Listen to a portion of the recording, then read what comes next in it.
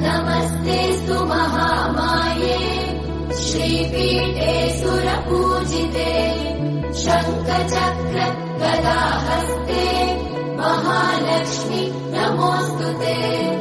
नमस्ते गरुडारूढे कोलासुरभयङ्करी